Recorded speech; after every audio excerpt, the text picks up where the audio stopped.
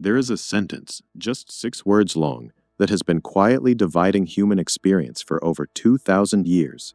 Render unto Caesar what is Caesar's. You may have heard it before, perhaps in a church pew, perhaps in passing, perhaps without ever really stopping to ask what it meant. But underneath that one small instruction is something much larger, a fault line that runs through nearly every civilization we have ever built, a line between two kinds of things, the things of men and the things of the gods. One is temporary, anxious, hungry, bound by time, by hunger, by ego, by the small, urgent dramas of survival. The other, if it exists at all, is something else entirely, eternal, unbothered, vast beyond our instruments and beyond, perhaps, our comprehension. Today, I want to sit with that line, not to erase it and not to pretend we can fully explain it, but to walk along it slowly, through old poems, old laws, old stars, and a few new ones, because I think this tension between what is ours and what is not ours might be one of the oldest and most honest questions a human being can ask. So, let's begin where the question itself seems to begin. Let's move now from the battlefield to the cave. You likely know the shape of this story, even if you've never read a word of Plato. Prisoners, chained since birth, facing a wall. Behind them, a fire. Between the fire and the prisoners, people carrying objects whose shadows fall upon the wall. And the prisoners, having never seen anything else, believe, with complete sincerity, that the shadows are reality. This is Plato's famous allegory, and it sits at the heart of his theory of forms, a theory that, whether or not you find it persuasive, fundamentally reshaped how the West would think about the relationship between human experience and ultimate truth. For Plato, what we call the things of men, the chairs we sit on, the bodies we live in, the cities we build, even the laws we write, are shadows, imperfect, flickering, second-hand impressions of something more real. Somewhere beyond what our senses can register, Plato proposed, exist the forms, perfect, unchanging, eternal templates of which our world is only ever an approximation. There is no perfect circle anywhere in the physical universe. Every circle you have ever seen, drawn, or measured is slightly wrong, but the form of the circle, perfect, exact, eternal, exists, Plato insisted, somewhere beyond the cave. This is, I think, one of the most quietly radical ideas in the history of human thought, the suggestion that the world we touch and taste and grieve in is not the real world at all. That reality, true reality, belongs entirely to the things of the gods, and what we inhabit is merely its shadow.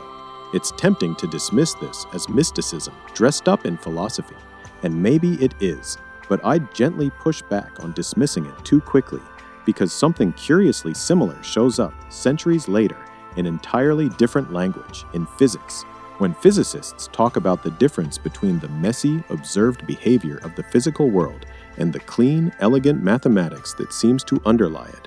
When they describe the strange fact that equations written on paper, abstract and perfect, seem to predict the actual behavior of galaxies, particles, and time itself with breathtaking accuracy, they are touching, perhaps unknowingly, something Plato was reaching for 2,500 years earlier. Is mathematics discovered or invented?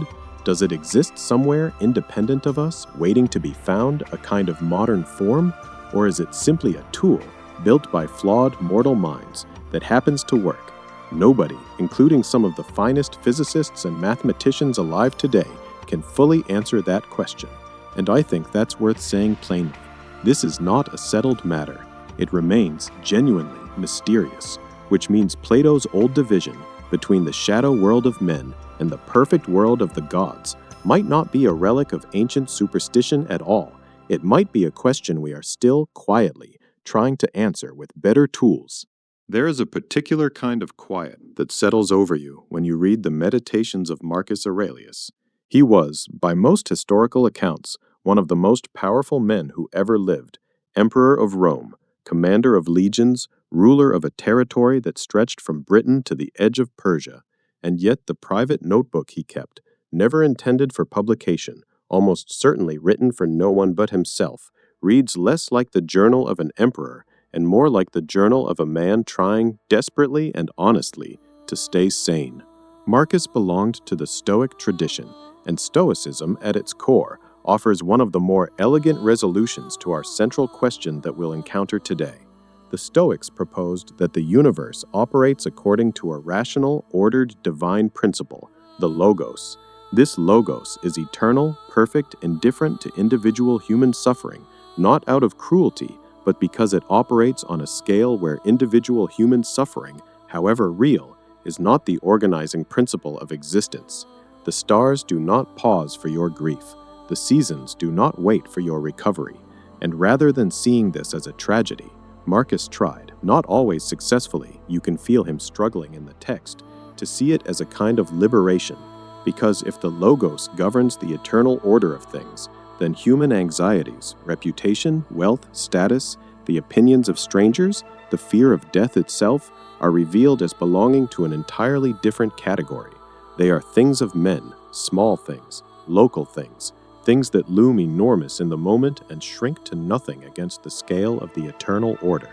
Marcus returns again and again in his private notebook to a single idea, that we hold real power over our own minds, even when the outside world refuses to bend to our will, and that recognizing this distinction is itself a source of strength.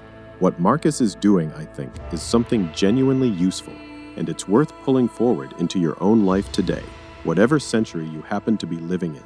He is sorting, constantly sorting, putting each anxiety, each fear, each ambition into one of two piles, the things that belong to the eternal order, which he cannot control and need not fear, and the things that belong to his own small mortal will, which he can control, and which therefore deserve his full attention. This sorting, this discipline of separating what is yours from what is the universe's is, I'd argue, one of the most psychologically sophisticated tools that ancient philosophy ever produced, and it bears a striking resemblance to ideas that would resurface nearly 2,000 years later in cognitive behavioral therapy, particularly in the distinction therapists draw between what a person can control and what they cannot. Whether Marcus was tapping into something cosmically true, or whether he simply discovered, through trial and considerable personal suffering, a remarkably effective coping mechanism, I'm honestly not sure that distinction matters as much as we might assume. Either way, the wisdom holds.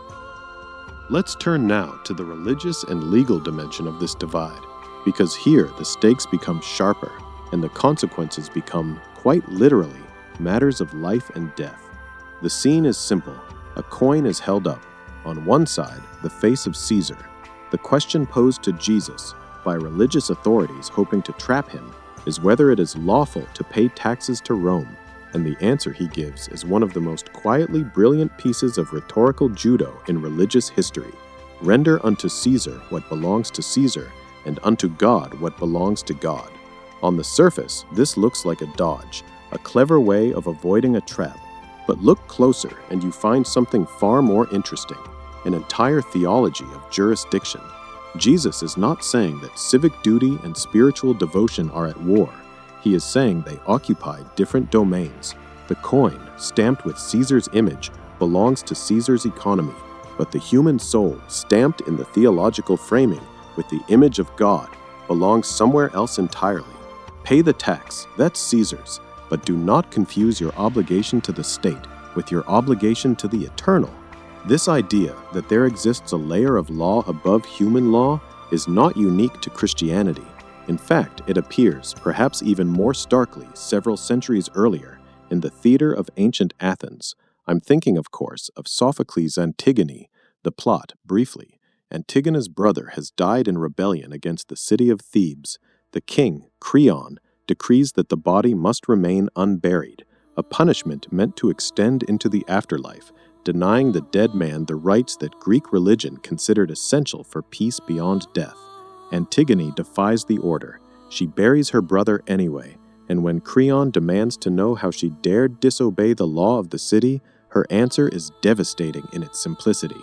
She insists that Creon's law is not the only law, that above the Dikaia, the human laws of the city written by mortal hands and enforceable only within mortal lifetimes, stands the Hosea, the unwritten, eternal laws of the gods, laws that existed before Creon and will exist after him, laws that no decree, however royally signed, has the authority to override.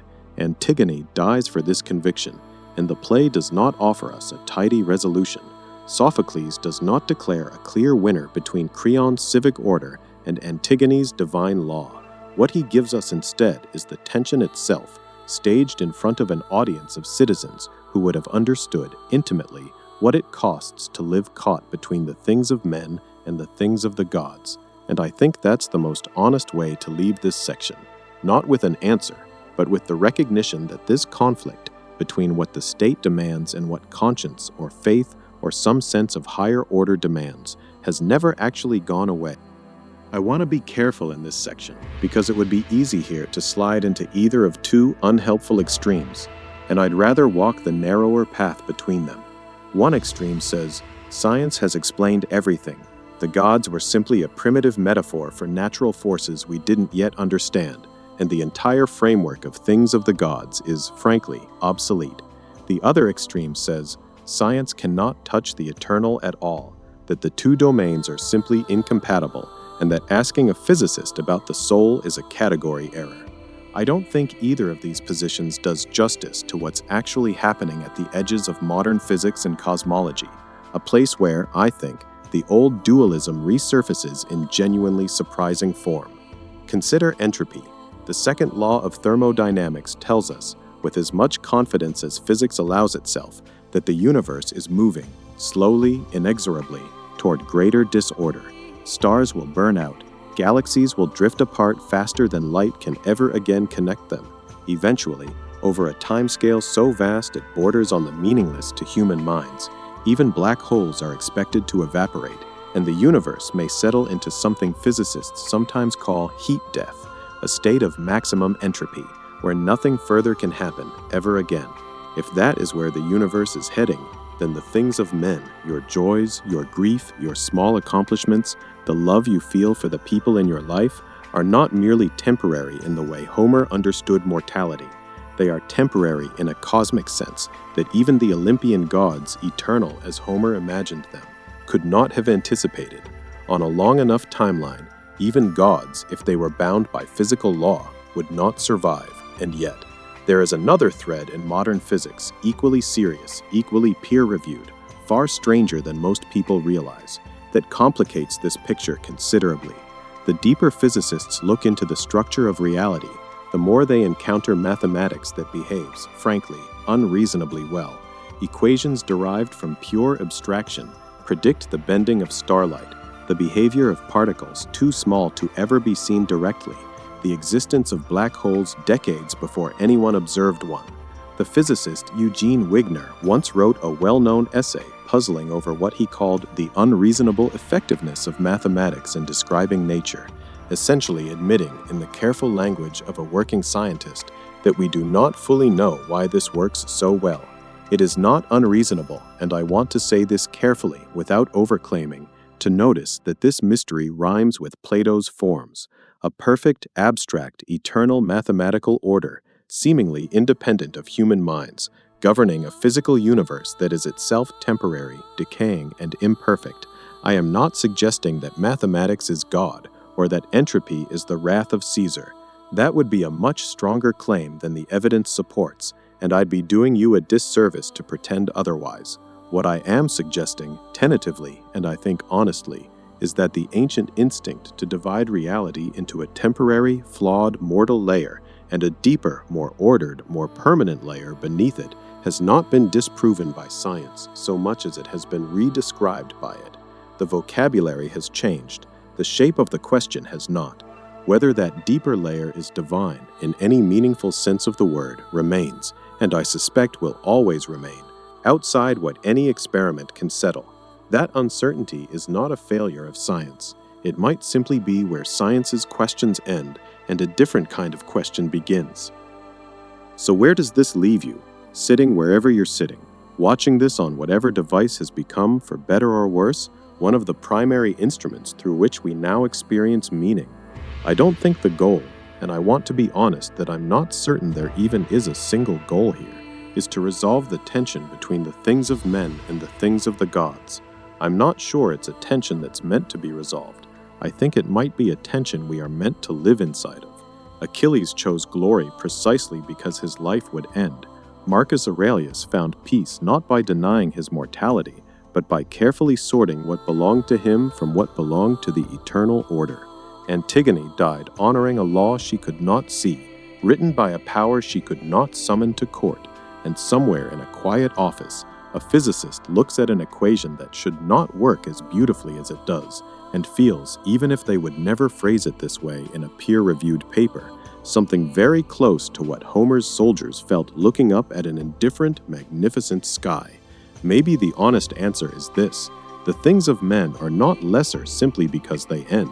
If anything, and this is the thread that runs from Homer to Marcus to Antigone to Wigner's equations, it may be precisely the ending that gives our small, flawed, temporary lives their weight.